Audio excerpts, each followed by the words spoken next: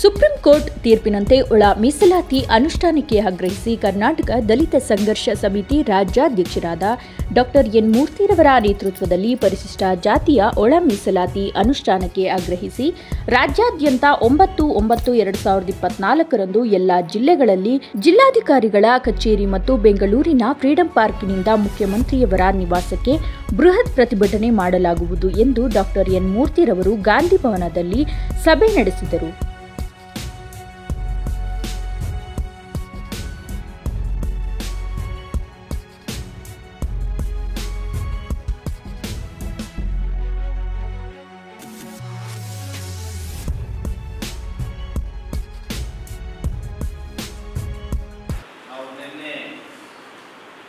ತುಮಕೂರಲ್ಲಿ ಪತ್ರಿಕಾಗೋಷ್ಠಿ ಮತ್ತೆ ಸಭೆಗಳಿದ್ದು ಅದು ಮುಗಿಸಿ ಅಲ್ಲಿಂದ ನಾವು ಇಲ್ಲಿಗೆ ಬೆಂಗಳೂರಲ್ಲಿ ಒಂದು ಚರ್ಚಾಗೋಷ್ಠಿ ಒಂದು ವಿಚಾರ ಸಂಕಿರಣ ಕೂಡ ಮಾಡಬೇಕು ಅಂತ ಹೇಳಿ ಈ ಕಾರ್ಯಕ್ರಮ ವಿಚಾರ ಸಂಕಿರಣ ಈಗ ನಡೀತಾ ಇದೆ. ವಿಚಾರ ಸಂಕಿರಣ ಮುಗಿದ ನಂತರ ದಾಸಂಸ ಸಭೆ ಆರಂಭ ಆಗುತ್ತೆ. ಕೆಲವೇ ಸಮಯದಲ್ಲಿ ಈ ಕಾರ್ಯಕ್ರಮನ ಮುಗಿಸ್ತೀವಿ. ಯಾರು ಮಾತಾಡೋದು, ಮೊಬೈಲು ತೆಗೆಯೋದು ಇವೆಲ್ಲ ಮಾಡಬಾರ್ದು. ಗಮನಗಳಿಂದ ರಾಜ್ಯದಲ್ಲಿ ತಾವಂತ ಹರಿದಂಗೆ ನಿರಂತರವಾಗಿ ಹೋರಾಟವನ್ನು ಮಾಡ್ಕೊಂಡು ಬಂದಿದೆ. ಈ ಹೋರಾಟದ ಹಾದಿಯಲ್ಲಿ, ಈ ಹೋರಾಟದ ವೇಗದಲ್ಲಿ ಅನೇಕ ಜನ ಹಿರಿಯರನ್ನು ನಾವು ಕಳ್ಕೊಂಡಿದ್ದೀವಿ. ಅನೇಕ ಮುತ್ಸದ್ದಿಗಳು, ಹೋರಾಟಗಾರರು ನಾವು ಬಿಟ್ಟು ಅಲ್ಲಿದ್ದಾರೆ.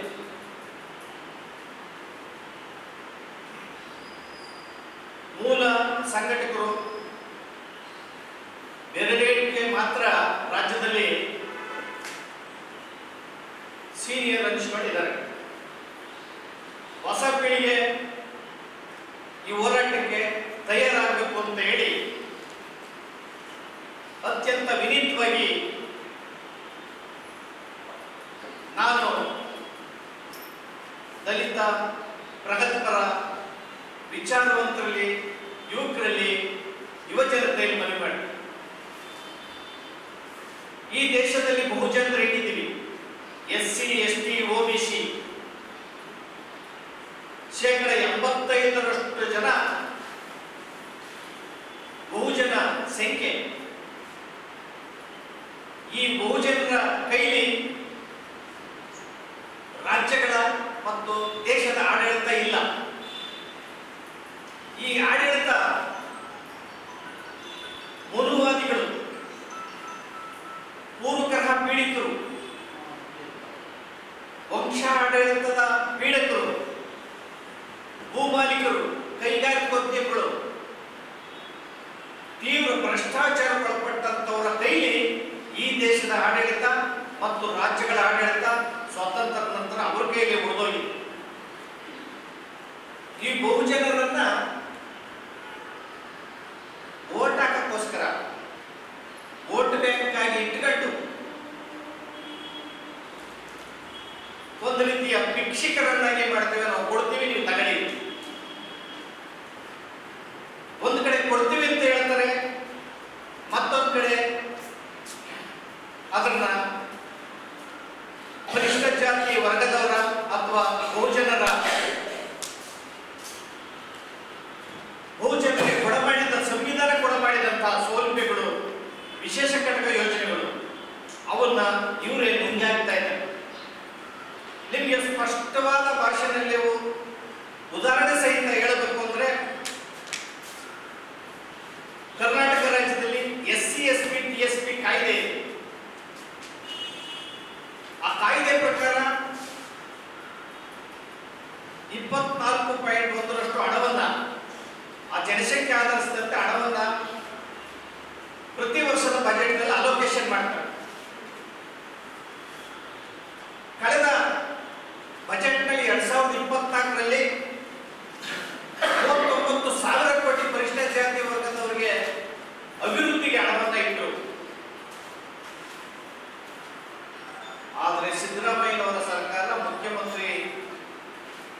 ಮಾನ್ಯ ಶ್ರೀ ಸಿದ್ದರಾಮಯ್ಯನವರ ಸರ್ಕಾರ 2023-24ರಲ್ಲಿ SC ST TSP ಹಣವನ್ನು 25,391 ಕೋಟಿ ರೂಪಾಯಿಗಳನ್ನ ಪರಿಶಿಷ್ಟ ಜಾತಿ ಹಣವನ್ನ ದುರುಪಯೋಗ ಮಾಡಿಕೊಂಡಿದೆ.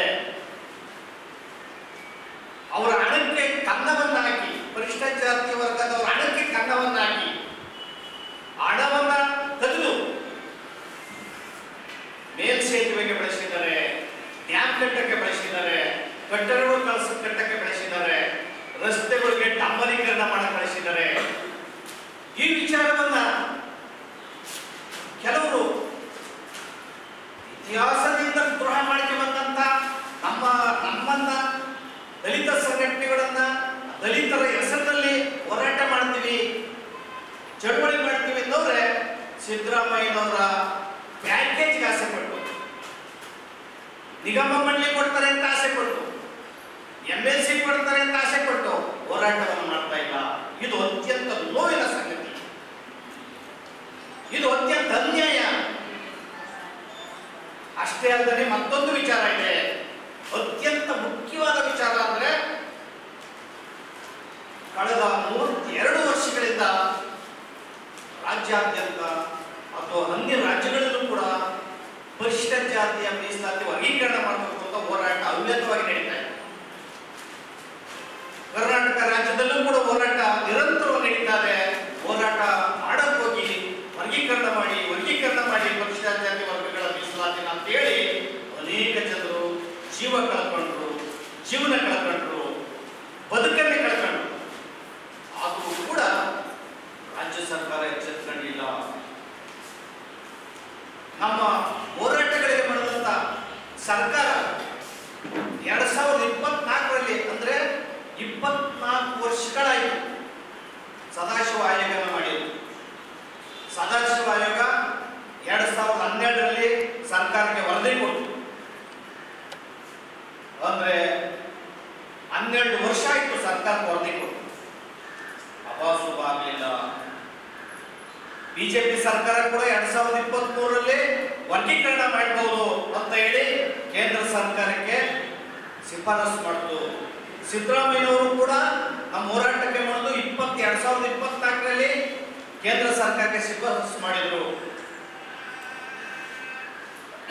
ವಿವಿಧ ರಾಜ್ಯಗಳ ಅಲ್ಲಿ ಮಾಡಲಾದಂತಹ ಆಯೋಗಗಳು ಅವು ಕೊಟ್ಟಂತ ವರದಿಗಳು, ವಿವಿಧ ರಾಜ್ಯಗಳ ಸುಪ್ರೀಂ ಕೋರ್ಟ್ ಕೊಟ್ಟಂತ ತೀರ್ಪುಗಳು, ಸುಪ್ರೀಂ ಕೋರ್ಟ್ನ 2 ಪೀಠಗಳು, ಪಂಚಪೀಠಗಳು, ಸಂತೋಷ್ ಹೆಗಡೆ ನೇತೃತ್ವದಲ್ಲಿ ಕೊಟ್ಟಂತ ತೀರ್ಪು, ಅರುಣ್ ಮಿಶ್ರಾ ಅವರ ನೇತೃತ್ವದಲ್ಲಿ ಕೊಟ್ಟಂತ ತೀರ್ಪು, ಇವೆಲ್ಲವನ್ನೂ ಕೂಡ ಸಂಕಲಿಸಿ ವಿಸ್ತೃತವಾಗಿ ಬಿಡಿಸಿ ಇದೇ ತಿಂಗಳು 1ನೇ ತಾರೀಕು 1/8/2024ರಂದು 7 ಜನರ ನ್ಯಾಯಾಧೀಶರ ಪೀಠ, ಸಂವಿಧಾನದ ಪೀಠ ತೀರ್ಪನ್ನ, ಐತಿಹಾಸಿಕ ತೀರ್ಪನ್ನು ಪ್ರಕಟಿಸಿತು. ಆ ತೀರ್ಪಿನಲ್ಲಿ ಸ್ಪಷ್ಟವಾಗಿ ಹೇಳಿದರೆ ಪರಿಶಿಷ್ಟ ಜಾತಿ ವರ್ಗಗಳ ವರ್ಗೀಕರಣ ಮಾಡಬಹುದು, ಇದಕ್ಕೆ ಸಂವಿಧಾನ ತಿದ್ದುಪಡಿ ಮಾಡಬೇಕಾಗಿಲ್ಲ, ರಾಜ್ಯ ಸರ್ಕಾರಕ್ಕೆ ಸಂವಿಧಾನಬದ್ಧ ಅಧಿಕಾರ ಇದೆ ಅಂತ ಹೇಳಿ ಸುಪ್ರೀಂ ಕೋರ್ಟ್ ತೀರ್ಪು ಕೊಟ್ಟು ಇವತ್ತಿಗೆ 29 ದಿನಗಳಾಯಿತು. ಆದರೆ ಸಿದ್ದರಾಮಯ್ಯ ಅವರು ಸ್ವಾಗತ ಮಾಡಿದ್ರೆ ವಿನ ಚೇರ್ನ ಅಡೆ ಹಾಕೊಂಡು ಕೋಲ್ಡ್ ಸ್ಟೋರೇಜ್ ಮಾಡಿ ಆ ವರದಿಯನ್ನ ತೆಗಿಲೇ ಇಲ್ಲ ಈಚೆಗೆ. ಆದ್ರೆ ಸಿದ್ದರಾಮಯ್ಯನವರ ಪರವಾಗಿರ್ತಕ್ಕಂಥ ಸಿದ್ದರಾಮಯ್ಯನ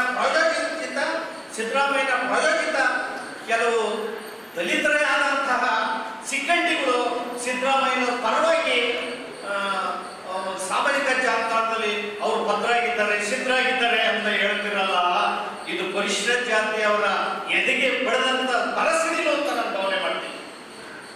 ಸಿದ್ದರಾಮಯ್ಯನವರು 5 ವರ್ಷಗಳ ಆಡಳಿತ ಮಾಡಿದ್ರು ಸ್ವಾಮಿ. 2012ರಿಂದ 19ರವರೆಗೆ ನಾವು ಎಷ್ಟು ಹೋರಾಟ ಮಾಡಿದ್ರು ಕೂಡ ಸಿದ್ದರಾಮಯ್ಯನವರು ಚಪ್ಪಾಯ ಅಂದಿಲ್ಲ. ಸದಾಶಿವ ಆಯೋಗದ ವರದಿಗೆ ಸಣ್ಣ ಒಂದು ಮುಂದುವರೆದ ಭಾಗವನ್ನು ಮಾಡಲೇ ಇಲ್ಲ. ಈಗ ತೀರ್ಪು ಕೊಟ್ಟು 29 ದಿನ ಆಗಿದೆ. ಸುಪ್ರೀಂ ಕೋರ್ಟ್ 7 ಜನರ ನ್ಯಾಯಾಧೀಶರ ಪೀಠ. ನಾನು ಒತ್ತಾಯ ಮಾಡ್ತೇನೆ ರಾಜ್ಯ ಸರ್ಕಾರಕ್ಕೆ, ನಿಮಗೆ ಸಂವಿಧಾನದ ಬಗ್ಗೆ ಬದ್ಧತೆ ಇದ್ರೆ, ಈ ದೇಶದ ಕಾನೂನಿನ ಬಗ್ಗೆ ನಿಮಗೆ ಗೌರವ ಇದ್ರೆ, ಕೂಡಲೇ ಸದಾಶಿವ ಆಯೋಗ ವರದಿಯನ್ನ ಅಥವಾ ಮೀಸಲಾತಿಯನ್ನ ವರ್ಗೀಕರಣ ಮಾಡೋದಕ್ಕೆ, ಅನುಷ್ಠಾನ ಮಾಡೋದಕ್ಕೆ, ಜಾರಿ ಮಾಡೋದಕ್ಕೆ ಮುಂದಾಗಿ ಅಂತ ಸಿದ್ದರಾಮಯ್ಯನವರಿಗೆ, ಅವರ ಸರ್ಕಾರಕ್ಕೆ ಈ ಮೂಲಕ ಆಗ್ರಹವನ್ನು ಮಾಡ್ತಾ ಇದ್ದೇನೆ. ಆಗ್ರಹ ಮಾಡೋದ್ರ ಜೊತೆಗೆ ಇದೆ 9/9/2024 ತಾರೀಕು 9/9/2024 ಇಡೀ ರಾಜ್ಯದ ಎಲ್ಲ ಜಿಲ್ಲೆಯಲ್ಲೂ ಕೂಡ ಬೃಹತ್ ಪ್ರತಿಭಟನಾ ರ್ಯಾಲಿಯನ್ನ ಆಯಾ ಜಿಲ್ಲಾಧಿಕಾರಿಗಳ ಕಚೇರಿಗೆ ರ್ಯಾಲಿಯನ್ನ ಮಾಡಿ ಸಿದ್ದರಾಮಯ್ಯನವರ ಸರ್ಕಾರಕ್ಕೆ ಮನವಿಯನ್ನು ಸಲ್ಲಿಸುವಂಥದ್ದು, ಮುಖ್ಯಮಂತ್ರಿಗೆ ಮನವಿ ಸಲ್ಲಿಸುವಂತ ಕಾರ್ಯಕ್ರಮವನ್ನ ಕರ್ನಾಟಕ ದಲಿತ ಸಂಘರ್ಷ ಸಮಿತಿ ಮಾಡ್ತಾ ಇದೆ. ಮುಂದುವರೆದ ಭಾಗವಾಗಿ ಇಡೀ ರಾಜ್ಯಾದ್ಯಂತ ಹಳ್ಳಿಗಳಿಗೆ, ತಾಲೂಕುಗಳಿಗೆ ಹೋರಾಟವನ್ನು ಕೊಂಡೊಯ್ತೇವೆ ಮತ್ತು ಬೃಹತ್ ಹೋರಾಟವನ್ನ ರಾಜ್ಯದಲ್ಲಿ ಮಾಡ್ತೇವೆ ಎಚ್ಚರಿಕೆಯನ್ನ ಈ ಮೂಲಕ ಕೊಡ್ತಾ ಇದ್ದೇನೆ. ಬಂದಂತ ಸಂದರ್ಭದಲ್ಲಿ ಕೇಸರಿ ಇಷ್ಟನ್ನ ನನ್ನೂ ಶೇರ್ ಮಾಡಿದ್ದೀರಿ. ಪ್ರೊಫೆಸರ್ ಬಿ ಕೃಷ್ಣಪ್ಪನವರ ಸಮಾಧಿಯಿಂದ ಸಹೋದರರು ಹೋರಾಟ ಮಾಡಿದಾಗ ಬೆಂಗಳೂರಲ್ಲಿ ನೀವು 2 ಕೇಸುಗಳನ್ನು, ಅದೇ ಒಂದೇ ಸಂದರ್ಭದಲ್ಲಿ 2 ಕೇಸನ್ನು ನನ್ನೂ ಸೇರಿಸಿ 9 ಜನ ಸಹೋದರರ ಮೇಲೆ ಕೇಸನ್ನು ಹಾಕಿದ್ದೀರಿ. ನಾನು ಹೇಳ್ತಾ ಇದ್ದೇನೆ ಸಿದ್ದರಾಮಯ್ಯ ಸರ್ಕಾರಕ್ಕೆ, ನೀವು ನಮ್ಮ ಎದೆಗೆ ಗುಂಡೊಡಿರಿ, ನಮ್ಮ ಪ್ರಾಣ ತೆಗಿರಿ, ಆದ್ರೆ ವರ್ಗೀಕರಣದ ಹೋರಾಟ ಮಾತ್ರ ನಿಲ್ಲಿಸಲ್ಲ. ಇದಕ್ಕೋಸ್ಕರ ಜೀವ ಕೊಡ್ತೇವೆ, ಪ್ರಾಣ ಕೊಡ್ತೇವೆ, ಎಂತ ತ್ಯಾಗ ಬಲಿದಾನ ಕೂಡ ಸಿದ್ಧರಾಗಿದ್ದೇವೆ, ಭದ್ರಾಗಿದ್ದೇವೆ ಅನ್ನೋ ಎಚ್ಚರಿಕೆಯನ್ನ ಸಿದ್ದರಾಮಯ್ಯ ಸರ್ಕಾರಕ್ಕೆ ಮೂಲಕ ಕೊಡ್ತಾ ಇದ್ದೇನೆ. ಎಂತಹ ಸಂದರ್ಭವನ್ನು ಕೂಡ ಇಟ್ಟ ಹೆಜ್ಜೆಯನ್ನು ತೆಗೆಯೋ ಮಾತ್ರ ಇಲ್ಲ. ಸುಪ್ರೀಂ ಕೋರ್ಟ್ ಆದೇಶ ಜಾರಿ ಬರೋದಕ್ಕೋಸ್ಕರ ನಾವು ಎಂತ ಪ್ರಾಣ ಬಲಿದಾನಕ್ಕೂ ಕೂಡ ಸಿದ್ಧರಾಗಿದ್ದೇವೆ. ಇವತ್ತಿಂದ ವಿರಾಮ ಪಡಲ್ಲ. ಇಡೀ ರಾಜ್ಯಾದ್ಯಂತ ಹಳ್ಳಿಗಳಿಗೆ ಪ್ರವಾಸವನ್ನ ಮಾಡ್ತೇವೆ, ವರ್ಗೀಕರಣ ಮಾಡಿಸ್ತೇವೆ ಅನ್ನೋ ಶಬ್ದವನ್ನ ಈ ಸಂದರ್ಭದಲ್ಲಿ ನಾನು ಮಾಡಕ್ಕೆ ಇಚ್ಛೆ ಪಡ್ತಾ ಇದ್ದೇನೆ, ಮಾಡ್ತೇನೆ. ಅತ್ಯಂತ ಮುಖ್ಯವಾದ ವಿಚಾರವನ್ನೇ ಸರ್ಕಾರ ಕೇಳಕ್ಕೆ ಇಚ್ಛೆ ಪಡ್ತೀವಿ. ನೀವು ಸುಪ್ರೀಂ ಕೋರ್ಟ್ ಆದೇಶದ ಸಂದರ್ಭದಲ್ಲಿ ಕೆಲವರು ಜಡ್ಜಿಗಳು, 7 ಜನರ ನ್ಯಾಯಾಧೀಶರ ಅಲ್ಲಿ ಕೆಲವು ಜಡ್ಜಿಗಳು, ಗವಾಯಿ, ಪಂಕಜ್ ಮಿಶ್ರಾ, ಅವರ ಅಭಿಪ್ರಾಯಗಳನ್ನು ವ್ಯಕ್ತಪಡಿಸಿದ್ದಾರೆ. ಈ ಅಭಿಪ್ರಾಯವನ್ನು ವ್ಯಕ್ತಪಡಿಸೋದ್ರ ಮೂಲಕ ಕೆನೆ ಪತ್ರವನ್ನ ಅವರು ಸಜೆಸ್ಟ್ ಮಾಡಿದ್ದಾರೆ. ಪರಿಶಿಷ್ಟ ಜಾತಿಗಳಲ್ಲಿ ಕೆನೆ ಪತ್ರವನ್ನು ಅದನ್ನ ಕೋರ್ಟ್ ಭಾಷೆಯಲ್ಲಿ ಅಬಿಕ್ಟಮ್ ಡಿಕ್ಟಮ್ ಅಂತ ಕರೀತಾರೆ. ಆದ್ರೆ ಅದನ್ನ ಅಲ್ಲಲ್ಲೇ ಕೆಲವರು ವಿವಾದವನ್ನಾಗಿ ಸೃಷ್ಟಿ ಮಾಡ್ತಾ ಇದ್ದಾರೆ. ನಾನು ಹೇಳಕ್ಕೆ ಇಚ್ಛೆ ಪಡ್ತೀನಿ, ಇಲ್ಲಿ ಸಂವಿಧಾನದಲ್ಲಿ ಕೆನೆ ಪತ್ರದ ಅವಕಾಶವೇ ಇಲ್ಲ ಅನ್ನೋದನ್ನ ಸಂವಿಧಾನದಲ್ಲಿ ಇದೆ. ಸಂವಿಧಾನದ ಅನುಚ್ಛೇದ 15(4), 16(4) ಪ್ರಕಾರ ಇದು ಸಾಮಾಜಿಕ ಹಿಂದುಳಿದಿರುವಿಕೆ ಕೊಟ್ಟಂತ ಮೀಸಲಾತಿ. ಪರಿಶಿಷ್ಟ ಜಾತಿ ವರ್ಗದವರ ಮೇಲೆ ಸಹಸ್ರಾರು ವರ್ಷಗಳಿಂದ ನಡೆದಂತ ದೌರ್ಜನ್ಯ, ಅಸ್ಪೃಶ್ಯತೆ ಹಿನ್ನೆಲೆಯಲ್ಲಿ ಕೊಟ್ಟಂತ ಮೀಸಲಾತಿ. ಇದರಲ್ಲಿ ಕೆನೆ ಪತ್ರ ಇಲ್ಲ ಅಂತ ಸಂವಿಧಾನ ನೇರವಾಗಿ ಸ್ಪಷ್ಟಪಡಿಸಿದೆ. ಅದೇ ವಿಚಾರವನ್ನ CJI ರವರು, ಸುಪ್ರೀಂ ಕೋರ್ಟ್ನ ಮುಖ್ಯ ನ್ಯಾಯಾಧೀಶರಾದಂತ DY ಚಂದ್ರಚೂಡ್ ರವರು ಅವರ ಜಡ್ಜ್ಮೆಂಟ್ ನಲ್ಲಿ ಕೆನೆ ಪತ್ರದಾಗೆ ಏನೂ ಹೇಳಿಲ್ಲ. ಅವರು ನೇರವಾಗಿ ಅವರು ಸಮ್ಮರಿನಲ್ಲಿ ಹೇಳ್ತಾರೆ, ರಾಜ್ಯ ಸರ್ಕಾರ ಸಂವಿಧಾನಬದ್ಧವಾಗಿ ಅದಕ್ಕೆ ಮೀಸಲಾತಿ ವರ್ಗೀಕರಣ ಮಾಡುವುದಕ್ಕೆ ಎಲ್ಲ ಅವಕಾಶ ಇದೆ ಅಂತ ಹೇಳೋದ್ರ ಮೂಲಕ ಅವರ ಏನು ಸುಪ್ರೀಂ ಕೋರ್ಟ್ನ ಸುಮಾರು 500 ಪೇಜಿನ ಇದು ಸುಪ್ರೀಂ ಕೋರ್ಟ್ನ ಆದೇಶ, ಏನದು ನ್ಯಾಯಾಧೀಶರು ತೀರ್ಪನ್ನ ಕೊಡ್ತಾರೆ. ಸುಪ್ರೀಂ ಕೋರ್ಟ್ನ ನ್ಯಾಯಾಧೀಶರು ಪುಟಗಳೇನಿದ್ದಾವೆ, ಇದರಲ್ಲಿ ಕಾನ್ಸ್ಟಿಟ್ಯೂಂಟ್ ಅಸೆಂಬ್ಲಿಯಾದಂತ ಚರ್ಚೆಗಳು, ಬಾಬಾ ಸಾಹೇಬರು ಮೀಸಲಾತಿ ಕೂಡ ಸಂದರ್ಭದಲ್ಲಿ ಹೇಳಿದಂತಹ ಚರ್ಚೆ ಮಾಡಿದಂತ ಪ್ರತಿಯೊಂದನ್ನು ಕೂಡ ಅದರಲ್ಲಿ ದಾಖಲು ಮಾಡಿದ್ದಾರೆ. ಜೊತೆಗೆ ದಾಖಲು ಮಾಡೋದ್ರ ಜೊತೆಗೆ 1902ರಲ್ಲಿ ಇಂದಿರಾ ಸಹಾನಿ ಕೇಸ್ನಲ್ಲಿ ಪರಿಶಿಷ್ಟ ಜಾತಿಯವರಿಗೆ ಮೀಸಲಾತಿನಲ್ಲಿ ಕೆನೆ ಪತ್ರ ಬರಲ್ಲ ಅಂತ ಸ್ಪಷ್ಟ ನ್ಯಾಯಾಧೀಶ ಈಗಾಗಲೇ. ಆಮೇಲೆ ಜೊತೆಗೆ ಸಂವಿಧಾನದಲ್ಲೇ ಕನ್ಕರೆಂಟ್ ಲಿಸ್ಟ್ ಆಫ್ ಸಬ್ಜೆಕ್ಟ್ ಅಂತ ಇದೆ. ಇದು ಕೇಂದ್ರ ಸರ್ಕಾರ ಏನ್ ತೀರ್ಮಾನ ಆಗ್ತದೆ ಎಲ್ಲಾ ರಾಜ್ಯ ಸರ್ಕಾರಗಳು ಕೂಡ ಅನುಸರಿಸಬಹುದು. ಆ ಕಾರಣದ ಯಾವುದೇ ಗೊಂದಲ ಬೇಡ. ಇದರಲ್ಲಿ ಸ್ಪಷ್ಟವಾಗಿ ಪರಿಷ್ಠ ಜಾತಿ SC ST ನಲ್ಲಿ ಆ ಮೀಸಲಾತಿನಲ್ಲಿ ಕೆನೆ ಪದರದ ಅವಕಾಶ ಇಲ್ಲ. ಅದರ ರಾಜ್ಯ ಸರ್ಕಾರ ಅರ್ಥ ಮಾಡ್ಕೋಬೇಕು. ಜೊತೆಗೆ ಸುಪ್ರೀಂ ಕೋರ್ಟ್ನ 7 ಜನ ಮುತ್ಸದ್ದಿ ನ್ಯಾಯಾಧೀಶರು ಸಂವಿಧಾನದ ಪ್ರತಿ ಇದಕ್ಕೆ ಸಂಬಂಧಪಟ್ಟಂತ ಕಾನೂನುಗಳನ್ನು ಟಚ್ ಮಾಡಿದ್ದಾರೆ. ಸಂವಿಧಾನದ ವಿಧಿ 10, ಸಂವಿಧಾನದ ವಿಧಿ 15(1), 15(4), 16(1), 16(2), 16(4), ಸಂವಿಧಾನದ ವಿಧಿ 17, ಸಂವಿಧಾನದ ವಿಧಿ 46, ಸಂವಿಧಾನದ ವಿಧಿ 140, 141, 141(1), 142, 142(2), ಹಿಂಗೆ ಅನೇಕ ಸಂವಿಧಾನದ ಪರಿಚ್ಛೇದಗಳನ್ನ ನ್ಯಾಯಾಧೀಶರು ಇದರ ಈ ಜಡ್ಜ್ಮೆಂಟ್ ನಲ್ಲಿ ದಾಖಲು ಮಾಡಿದ್ದಾರೆ. ಸಂವಿಧಾನವನ್ನ ಸರಿಯಾದ ರೀತಿ ಎಳೆಯಾಗಿ ಬಿಡಿಸಿ ಪರಿಶಿಷ್ಟ ಜಾತಿ ಮೀಸಲಾತಿ ಬಗ್ಗೆ ಬೆಳಕನ್ನು ಚೆಲ್ಲಿದ್ದಾರೆ. ಆ ಬೆಳಕನ್ನು ಚೆಲ್ಲಿದಂತಹ ಮುಖ್ಯ ನ್ಯಾಯಾಧೀಶರು ಮತ್ತು ಜಡ್ಜ್ಗಳಿಗೆ ನಾನು ಮತ್ತೊಮ್ಮೆ ನನ್ನ ಧನ್ಯವಾದನ ನಮ್ಮ ಸಮಾಜದ ಪರವಾಗಿ, ಬಹುಜನ ಸಮಾಜದ ಪರವಾಗಿ ತೀರ್ಪನ್ನ ನಾವು ಅವರಿಗೆ ಧನ್ಯವಾದಗಳನ್ನ ಮತ್ತು ಅವರ ಘನವಿತ್ತ ನ್ಯಾಯಾಧೀಶರ ಶ್ರಮಕ್ಕೆ ನಾವು ಅವರ ಹಿಡಿದವರಲ್ಲಿ ನಾವು ವಂದನೆಗಳನ್ನು ಮಾಡ್ತೀವಿ. ಜೊತೆಗೆ ರಾಜ್ಯ ಸರ್ಕಾರದಲ್ಲಿ ಇರ್ತಕ್ಕಂಥ ನೀವು ಇದ್ರ ಬಗ್ಗೆ ಮಾತಾಡಬೇಕು. ನಮ್ಮ ಕಾಂಗ್ರೆಸ್ನ AICC ಅಧ್ಯಕ್ಷರಾಗಿರ್ತಕ್ಕಂಥ ದಲಿತರ ಮಹಾಹಿರಿಯ ಮುತ್ಸದ್ದಿ ಆಯ್ತಂತ ಮಲ್ಲಿಕಾರ್ಜುನ ಖರ್ಗೆ ಅವರು ಕೂಡಲೇ ನೀವು ಎಲ್ಲ ರಾಜಕೀಯವನ್ನು ಬಿಟ್ಟು ಸಮಾಜದ ಪರವಾಗಿ ಮೀಸಲಾತಿ ವರ್ಗೀಕರಣ ಬಗ್ಗೆ ಮಾತಾಡಬೇಕು ಅಂತ ಈ ಸಂದರ್ಭದಲ್ಲಿ ಅವ್ರಿಗೆ ಆಗ್ರಹವನ್ನು ಮಾಡ್ತೇನೆ. ರಾಹುಲ್ ಗಾಂಧಿ ಅವರು ಕೂಡಲೇ ಪರಿಶಿಷ್ಟ ಜಾತಿ ಮೀಸಲಾತಿಯ ಬಗ್ಗೆ ನಿಮ್ಮ ಬಾಯನ್ನ ತೆಗಿಬೇಕು ಅಂತ ನಾನು ಈ ಮೂಲಕ ಮಾತನ್ನ ನಾನು ಹೇಳಕ್ಕೆ ಇಚ್ಛೆ ಪಡ್ತೀನಿ. ಕೇಂದ್ರ ಸರ್ಕಾರ ಕೆನೆ ಪದರದ ವಿಚಾರವಾಗಿ ಕ್ಯಾಬಿನೆಟ್ ಸಭೆಯನ್ನ ಕರೆದು ಇದು ಪರಿಶಿಷ್ಟ ಜಾತಿಯವರ ಮೀಸಲಾತಿನಲ್ಲಿ ನಾವು ಕೆನೆ ಪದರವನ್ನು ತೆಗೆಯಲ್ಲ ಅಂತ ಹೇಳಿ ಸ್ಪಷ್ಟಪಡಿಸಿದೆ. ಸಿದ್ದರಾಮಯ್ಯ ಹೃದಯ ವಿಶಾಲ ಆಗಲಿ, ಸಿದ್ದರಾಮಯ್ಯ ಮನಸ್ಸು ತೆರೀಲಿ. ನೀವು ಪರಿಶಿಷ್ಟ ಜಾತಿ ವರ್ಗದವರನ್ನ ಬಹಳ ಅವರನ್ನು ಉಪಯೋಗ ಮಾಡ್ಕೊಂಡು ಹಣವನ್ನು ಬಳಸ್ಕೊಂಡಿದ್ದೀರಿ. ಇವತ್ತಿನಿಂದ 2022 ಹಿಂದೆ 10 ವರ್ಷಗಳಲ್ಲಿ ಪರಿಶಿಷ್ಟ ಜಾತಿಯವರ ಹಣ ಏನಿದೆ 2,20,000 ಹಣವನ್ನ ಮಿಸ್ಯೂಸ್ ಮಾಡ್ಕೊಂಡಿದ್ದೀರಿ, ದುರುಪಯೋಗ ಮಾಡ್ಕೊಂಡಿದ್ದೀರಿ. ಇದು ಪರಿಶಿಷ್ಟ ಜಾತಿಯವರ ಶಾಪ, ಅವ್ರ ನೋವು, ಅವರ ದಮನೀಯ ಸ್ಥಿತಿ ನಿಮ್ಮನ್ನು ಸುಮ್ಮನೆ ಬಿಡಲ್ಲ. ನೀವೆಲ್ಲರೂ ಕೂಡ ಅತ್ಯಂತ ಶಾಸ್ತಿಯನ್ನ ಮತ್ತು ಕ್ರೂರ ಶಿಕ್ಷೆಯನ್ನು ಅನುಭವಿಸ್ತೀವಿ ಅನ್ನೋ ಮಾತನ್ನು ಹೇಳೋದ್ರ ಮೂಲಕ ಈ ಬಡ ಸಮಾಜದ ಹಣವನ್ನ ಯಾಕೆ ನುಂಗಿ ನೀರು ಕುಡಿತೀರಿ ಅಂತ ಮಾತನ್ನ ನಾನು ನಿಮ್ಗೆ ಹೇಳಕ್ಕೆ ಇಚ್ಛೆ ಪಡ್ತೀನಿ. ಬೆಂಕಿ ಕೊಡ್ತೀವಿ, ನಿಮ್ಗೆ ವೈ ಗ್ಯಾರಂಟಿ ಕೊಡ್ತೀವಿ, ಅದು ಕೊಡ್ತೀವಿ, ಇದು ಕೊಡ್ತೀವಿ, ನಮ್ಮನ್ನು ಭಿಕ್ಷಿಕರನ್ನಾಗಿ ಮಾಡಿ ಇವ್ರ ಹಣವನ್ನೆಲ್ಲ ಪಡೆದು ನೀವು ಅವ್ರಿಗೆ ಕೊಟ್ಟು ನೀವು ಈ ರೀತಿ ಅನ್ಯಾಯ ಮಾಡ್ತಾ ಇದ್ದೀರಲ್ಲ, ಸರಿಯಲ್ಲ. ಕೂಡಲೇ ಸಿದ್ದರಾಮಯ್ಯ ಅವ್ರ ಸರ್ಕಾರದಲ್ಲಿ ಕೇಳ್ತೀನಿ, ನಮ್ಮ ಹಣ ಏನು 2024, 23, 24ರಿಗೆ 25,391 ಕೋಟಿಯನ್ನು ನೀವು ಬಳಸ್ಕೊಂಡಿದ್ದೀರಲ್ಲ, ಕೂಡಲೇ ವಾಪಸ್ ಕೊಡಿ. ನೀವು ವಾಪಸ್ ಕೊಡದ ಹೋದ್ರೆ ಪರಿಶಿಷ್ಟ ಜಾತಿಯವರ ಅಭಿವೃದ್ಧಿಗೆ ನಾವು ನಿಮ್ಮ ವಿರುದ್ಧ ರಾಜ್ಯಾದ್ಯಂತ ಉಗ್ರ ಆಂದೋಲನ, ಹೋರಾಟವನ್ನ, ಜನಜಾಗೃತಿಯನ್ನ ಮಾಡ್ತೇವೆ. ಕಾಂಗ್ರೆಸ್ ಅನ್ನ ತರೋಕೆ ಪರಿಶಿಷ್ಟ ಜಾತಿ, ಹಿಂದುಳಿದವರು, ದಲಿತರು, SC ST OBCಗಳ ಕಾರಣ ಕೋಮುವಾದಿ ಬಿಜೆಪಿ ಬಂದ್ಬಿಡ್ತದೆ ಅಂತ ಹೇಳಿ ಅವರು ಸಂವಿಧಾನ ಕಿತ್ತಾಕ್ಬಿಡ್ತಾರೆ, ತಿಂತಾರೆ, ಸಂವಿಧಾನ ಭರವಸೆ ಮಾಡ್ತಾರೆ, ಬದಲಾವಣೆ ಮಾಡ್ತಾರೆ ಅನ್ನೋ ಗಾಬರಿಯಿಂದ ನಾವು ಹಳ್ಳಿಗಳಲ್ಲಿ ಎಲ್ಲಾ ದಲಿತ ಸಂಘಟನೆಗಳು, ರೈತ ಸಂಘಟನೆಗಳು, ಪ್ರಗತಿಪರ ಸಂಘಟನೆಗಳು ಹೋರಾಟ ಮಾಡಿ ಕಾಂಗ್ರೆಸ್ ಗೆಲ್ಲಿಸಿದ್ವಿ. ನೀವು ಕೊಟ್ಟಂತ ಬಳುವಳಿ ಏನು, ನಿಮ್ಮ ಮೇಲೆ ಬಹಳ ನಂಬಿಕೆಯನ್ನು ಇಟ್ಕೊಂಡಿದ್ದೀರಿ.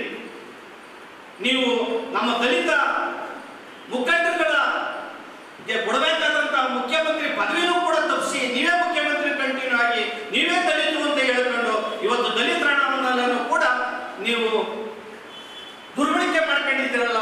ಆದ್ದರಿಂದ ಕೂಡಲೇ ಪರಿಶಿಷ್ಟ ಜಾತಿಯವರನ್ನು ವಾಪಸ್ ಕೊಡಬೇಕು, ಪರಿಶಿಷ್ಟ ಜಾತಿಯ ಮೀಸಲಾತಿ ವರ್ಗೀಕರಣವನ್ನು ಜಾರಿ ಮಾಡಬೇಕು. ಯಾಕೆ ಇದನ್ನು ಒತ್ತಾಯ ಮಾಡಿ ಪರಿಶಿಷ್ಟ ಜಾತಿಯ ವರ್ಗದ ಮೀಸಲಾತಿಯನ್ನು ಕೇಳ್ತೀವಿ ಅಂದ್ರೆ ಒಂದು ಸಮಾಜದ ಪರವಾಗಿಲ್ಲ, ಇದು 101 ಜಾತಿಗಳಿರುವುದರ ಒಳಗಡೆ. ಈ ಒಳಗಡೆ ಕಟ್ಟಕಡೆಯ ಸಮಾಜ ಇದೆ ಪರಿಶಿಷ್ಟ ಜಾತಿನಲ್ಲಿ. ತಕ್ಕಲ ಸಮಾಜ, ಡೋಹರ, ಕಕ್ಕಯ್ಯ, ಸಂಗಾರ, ಆ ಜಾತಿನಲ್ಲಿ ಒಬ್ಬ ಶಿಕ್ಷಕ ಇಲ್ಲ, ಒಬ್ಬ ವಿಲೇಜ್ ಪಟ್ಟಿ ಇಟ್ಟಿಲ್ಲ, ಒಂದು ಉದ್ಯೋಗ ಸಿಕ್ಕಿಲ್ಲ, ಒಬ್ಬ ಹುಡುಗನು ಡಿಗ್ರಿ ಮಾಡಿಲ್ಲ, ಆ ಸಮಾಜಕ್ಕೆ ಕೊಡಬೇಕಲ್ಲ. ಆ ಸಮಾಜಕ್ಕೆ ಕೊಡಬೇಕು ಅಂತ ಹೇಳೋದಕ್ಕೆ ಅಂತ ಮಾನವೀಯತೆ ದೃಷ್ಟಿಯಿಂದ ನಾವು ಒತ್ತಾಯ ಮಾಡ್ತಾ ಇದ್ದೇವೆ. ಒಂದು ಸಮಾಜದ ಪರವಾಗಲ್ಲ, 101 ಪರಿಷ್ಠ ಜಾತಿಯಲ್ಲಿರ್ತಕ್ಕಂಥ 101 ಜಾತಿಗಳ ಪರವಾಗಿ ಹೋರಾಟ,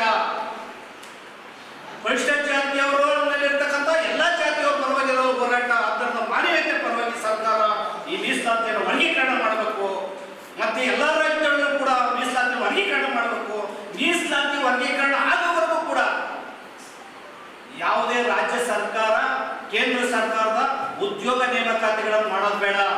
ಸಿದ್ದರಾಮಯ್ಯ ಸರ್ಕಾರ 25,000 ಉದ್ಯೋಗ ನೇಮಕಾತಿ ಮಾಡೋದಕ್ಕೆ ಅನುಮೋದನೆ ಕೊಟ್ಟಿದ್ದಾರೆ ಹಿಂದಿನ ಬಾಗ್ಲಲ್ಲಿ. ಈ ರೀತಿಯ 25,000 ಉದ್ಯೋಗ ನೇಮಕಾತಿ ನೀವು ಮಾಡಿದ್ರೆ ಈ ಸಮಾಜಕ್ಕೆ ಅನ್ಯಾಯ ಮಾಡೋದಕ್ಕಲ್ವಾ? ವರ್ಗೀಕರಣ ಆದ್ಮೇಲೆ ಉದ್ಯೋಗ ನೇಮಕಾತಿಗಳಾಗಲಿ, ಖಾಸಗಿ ಔದ್ಯೋಗಿಕ ಕ್ಷೇತ್ರದಲ್ಲೂ ಕೂಡ ಮೀಸಲಾತಿಯನ್ನು ಕೊಡೋದಕ್ಕೆ ಅವಕಾಶ ಮಾಡಿ.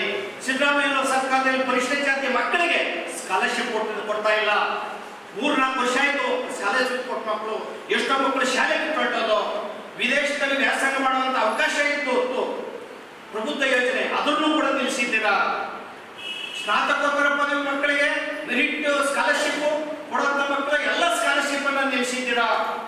ಇದು ನಿಲ್ಲಿಸಿ ನಮ್ಮ ದುಡ್ಡೆಲ್ಲ ಬೈ ಗ್ಯಾರಂಟಿಗೆ ಹಾಕಿ ಯಾವ ಪುರುಷಾರ್ಥಕ್ಕೋಸ್ಕರ ನೀವು ಮಾಡ್ತಾ ಇದ್ದೀರಿ? ನಿಮ್ಮನ್ನು ಉಳಿಸ್ಕೊಳಕ್ಕೆ, ನಿಮ್ಮ ಸರ್ಕಾರ ಉಳಿಸ್ಕೊಂಡು ಏನ್ ಮಾಡ್ತೀರಾ ನೀವು? ಇದು ಕೊಟ್ಟಿರುವಂತದ್ದು ನಮಗೆ ಮೀಸಲಾತಿ 5,000 ವರ್ಷಗಳಿಂದ ಶೋಷಣೆ ಒಳಗಾಗಿದ್ದಕ್ಕೆ ಕೊಟ್ಟಂತ ಮೀಸಲಾತಿ. 5,000 ವರ್ಷಗಳಿಂದ ದೌರ್ಜನ್ಯ ಒಳಗಾಗಿದ್ದಕ್ಕೆ ಕೊಟ್ಟಂತ ಮೀಸಲಾತಿ ಇದು. 5,000 ವರ್ಷಗಳಿಂದ ಮಲ ಬಳಿಯೋದು, ಕಸ ಬಳಿಯೋದು, ಕೂಲಿ ನಾಲಿ ಮಾಡೋದು, ಬಿಟ್ಟಿ ಚಾಕರಿ ಮಾಡದಂತಹ ಈ ಬಡ ಸಮಾಜಕ್ಕೆ ಕೊಟ್ಟಂತ ಮೀಸಲಾತಿ ಇದು. ಮತ್ತೊಂದು ಕಡೆ ಮುಸ್ಲಿಮರಿಗೆ ಸಾಕ್ಷ್ಯ ವರದಿಯನ್ನು ಜಾರಿ ಮಾಡಬೇಕು. ಅದ್ರ ಬಗ್ಗೆ ಒಬ್ರು ಕೂಡ ಚಕ್ಕಾರವನ್ನು ಎತ್ತಾ ಇಲ್ಲ. ಅನೇಕ ವರದಿಗಳನ್ನ ತಳಕಾಗಿ ಕೇಳಿದಿರಿ. ಮಂಡಲ ಆಯೋಗದ ವರದಿ ಕೊಟ್ಟರು ಕೂಡ ಆ ಮಂಡಲ ಆಯೋಗದ ವರದಿಯಂತೆ ಮೀಸಲಾತಿ ಜಾರಿಯಾಗಿಲ್ಲ. ಹಿಂದುಳಿದವರಿಗೂ ಕೂಡ ಅನ್ಯಾಯ ಆಗಿದೆ. ಈ ಮೂಲಕ ಮೀಸಲಾತಿ ವರ್ಗೀಕರಣ ಮಾಡೋದಕ್ಕೆ ನಾವು ರಾಜ್ಯಾದ್ಯಂತ, ದೇಶಾದ್ಯಂತ ದೊಡ್ಡ ಆಂದೋಲನವನ್ನು ಮಾಡ್ತೇವೆ. ಇದಕ್ಕೆ ನಾವು ಬದ್ಧರಾಗಿದ್ದೇವೆ. ಎಂತಹ ತ್ಯಾಗ ಬಲಿದಾನಕ್ಕೂ ಕೂಡ ಸಿದ್ಧರಾಗಿದ್ದೇವೆ ಅನ್ನೋ ಎಚ್ಚರಿಕೆಯನ್ನು ಸಿದ್ದರಾಮಯ್ಯ ಸರ್ಕಾರಕ್ಕೆ ನಾವು ಕೊಡ್ತೇವೆ.